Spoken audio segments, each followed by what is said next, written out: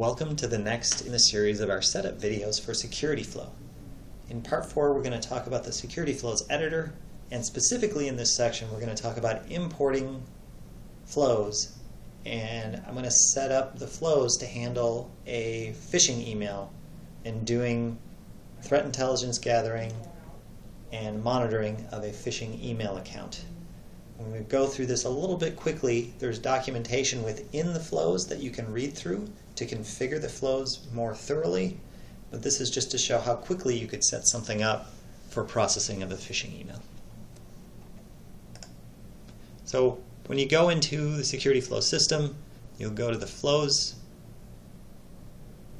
and what we can do is click on the hamburger icon, go to our library and say import email. I also know that after I've got the import of the email, we want to be able to do a find and scan. So this input email is essentially monitoring an email account, running it through the email attachments processor, which is going to send the email without attachments out this pathway and send out a separate message for each email out this alternate pathway, or each email attachment out this alternate pathway. We would then wire these up and say, I want to find all IOCs in my buffer. In this case, the buffer is the email buffer. And this pathway, I want to gather threat intel on the file hashes that we found for these attachments. So both are going through this find and scan. So the find and scan, the first pathway that was connected was the email buffer.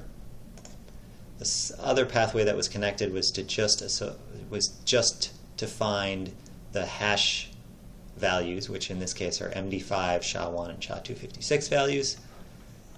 The flow will then process those IOCs and gather threat intelligence.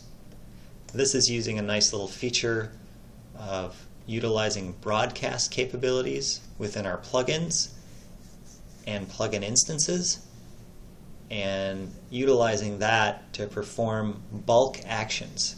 So we don't have to explicitly say, hey, X-Force, do this, recorded future, do this, virus total, do this. We can just say, everybody that understands how to gather threat intel, now perform that operation.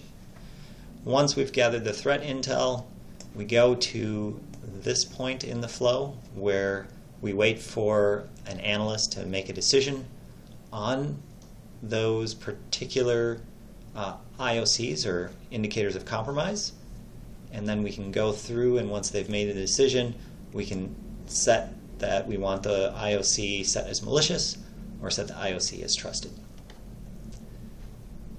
And it's as simple as that for creating our initial pathway.